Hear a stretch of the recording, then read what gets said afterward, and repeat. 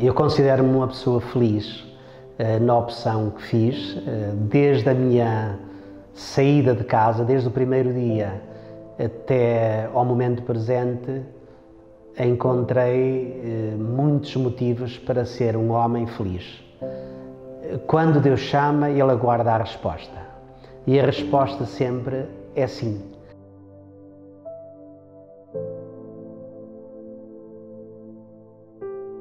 Eu sou do Norte, costumo dizer que sou do Norte da província do Minho, do concelho de Barcelos, de Galego São Martinho. Nasci numa freguesia muito bonita, numa aldeia próxima da cidade de Barcelos, onde nasceu o Galo de Barcelos, que também a minha família não é estranha nessa área do Barro. Portanto, sou uma família de oleiros, uma família simples, humilde, que vivíamos do Barro. Somos uma família numerosa, a minha mãe teve 11 filhos, os meus pais a minha mãe era filha única, 11 filhos é bastante, 9 homens e 2 mulheres. Nós praticávamos muito a religião católica e íamos com muita assiduidade à missa, a participação também um envolvimento grande na dinâmica pastoral da paróquia, quer na catequese, quer na animação litúrgica, quer nos movimentos que existiam na paróquia, o movimento dos escuteiros, o movimento do Shalom, os focolares. Então, como éramos muitos,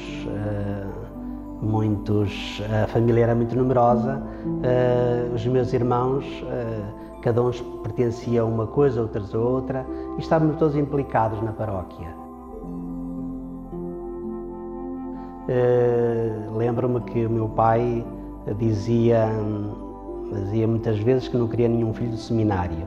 Havia o meu irmão João que gostava muito de ir para o seminário e o meu pai procurou desviá-lo e levou-o para a cidade de Barcelos com ele trabalhar.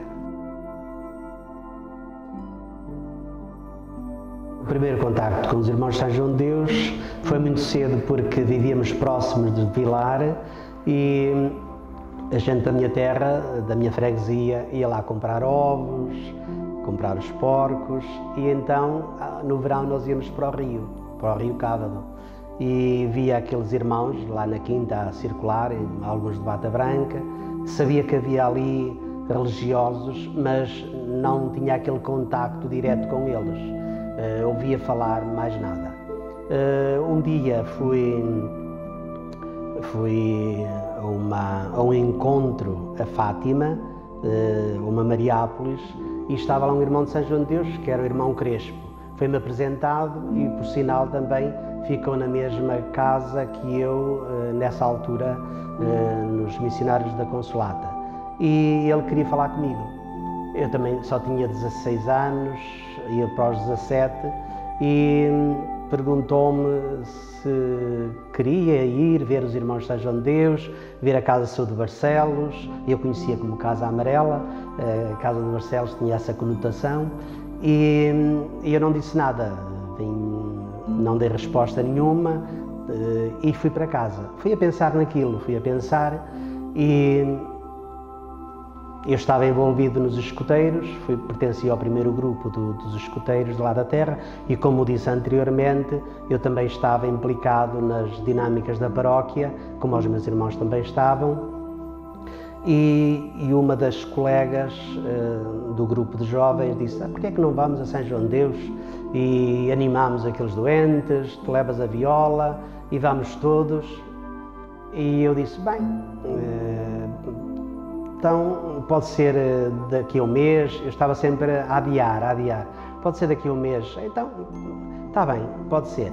E então fomos um grupo, mais ou menos, éramos uns 16 jovens, fomos a São João de Deus, muito novinhos, quase sem barba na cara, mas íamos com aquela curiosidade de ver o que é que se estava por dentro daqueles muros, porque eram uns muros muito altos e não se via nada lá para dentro. Fomos lá, um grupo de jovens, levei a namorada comigo, a namorada, enfim, com aquela idade, eram umas paixões que aquilo, tudo entrava e tudo saía, era tudo assim muito, enfim, é próprio daquele estadio. E então, quando entrei, o acolhimento foi fantástico do irmão Crespo, naquela sala. Quando entrei naquela unidade de internamento, aqueles doentes pareciam que estavam sequiosos de um abraço, de um sorriso, de uma presença, de alguém que levasse alguma coisa. É interessante aquele primeiro encontro, aquele doente que veio ao meu encontro e me abraçou, aquilo deixou-me ali quase anestesiado e fiquei sem palavras, emocionei-me. Por outro lado, não me afastei, pensava que ia me afastar, a conotação cá fora era diferente, o estigma era muito grande e então foi interessante que fiz silêncio cá dentro, cantámos para os doentes, tivemos uma tarde muito descontraída, descomprimida, muito em festa, e eles interagiam de uma forma tão bonita, a bater palmas, tudo, e eu pensava, já no regresso para casa, pensava como é que estes homens passam as 24 horas, sobre 24 horas, assim, num ritual, a comida, deitar, dormir, e ver aqueles irmãos, fixei muito aqueles irmãos de bata branca, eram 3 naquela altura, que nos estava a acompanhar, o sorriso, a forma de estar, de sentir, de se aproximar com aqueles doentes, marcou-me muito. E disse assim, possivelmente isto encaixaria muito na minha personalidade, na minha pessoa, naquilo que eu, se calhar, talvez, seria feliz. Um pouco mais tarde, já depois de um discernimento quase feito, de decidir ingressar na Ordem, abordei de uma forma muito de leve a família.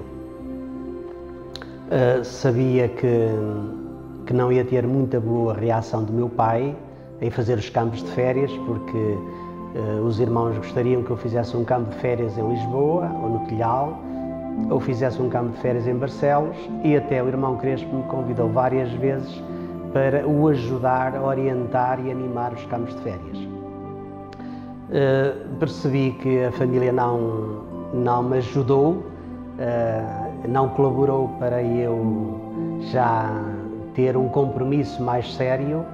Pelo contrário, estavam-me a desviar um pouco do meu rumo, daquilo que eu queria, e ajudava os campos de férias nos fins de semana, mas sempre sem a família saber. Ou seja, então esperei mais algum tempo, esperei mais 6 meses. O meu pai teve um problema grave de saúde, teve internado 6 meses no Hospital São João, tudo problemas cardiovasculares. E então aconteceu que ele morreu no dia 5 de maio e eu praticamente decidi logo em setembro entrar na Ordem. Tudo foi mais fácil assim por um lado. Foi a perda do pai, estava a fazer o luto do pai e estava a fazer o meu discernimento para entrar na Ordem. No dia anterior da minha saída, não tinha a certeza que ficava. Peguei em alguma roupa, meti dentro de uma mochila, peguei num par de sapatos, meti dentro de um saco de plástico e às 4h30 da manhã combinei com uma amiga minha levar-me à estação de comboio e foi assim que nesse dia, nesse domingo, sem me despedir da família, sem me despedir dos amigos, sem me despedir de um grupo coral que eu tinha de crianças, deixei em cima do órgão a dizer estarei convosco, cantar é louvar a Deus, e foi bonito.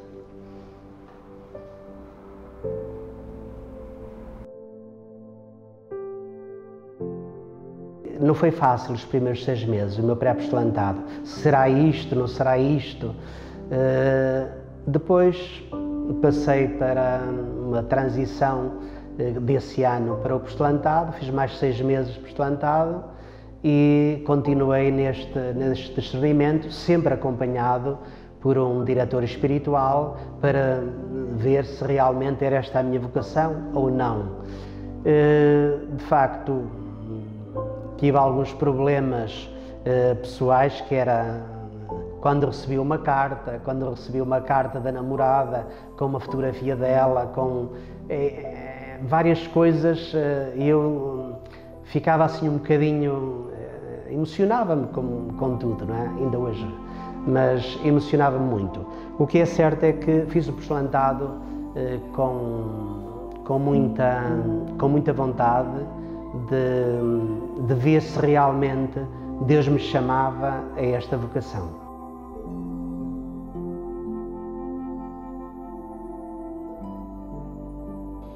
Fiz o meu noviciado houve muitas peripécias pelo meio, de brincadeiras com os meus colegas, mas foi tudo sem grandes incidentes, porque fui praticamente um noviço que não tive grandes problemas com os mestres, nem com o irmão Crespo. No segundo ano, depois veio o capítulo provincial, ficou o irmão Diamantino, um homem muito humano, muito carismático, muito amigo, muito próximo. Cheguei à altura da profissão, fiz o papel, a fazer o pedido para a profissão simples. No dia anterior chega lá o irmão provincial, que era o irmão Canês, e chama-me à noite, mas aqueles dias andei um bocado agitado e será isto, não será? Será que isto é tudo uma ilusão? Será que eu gosto muito de doentes, mas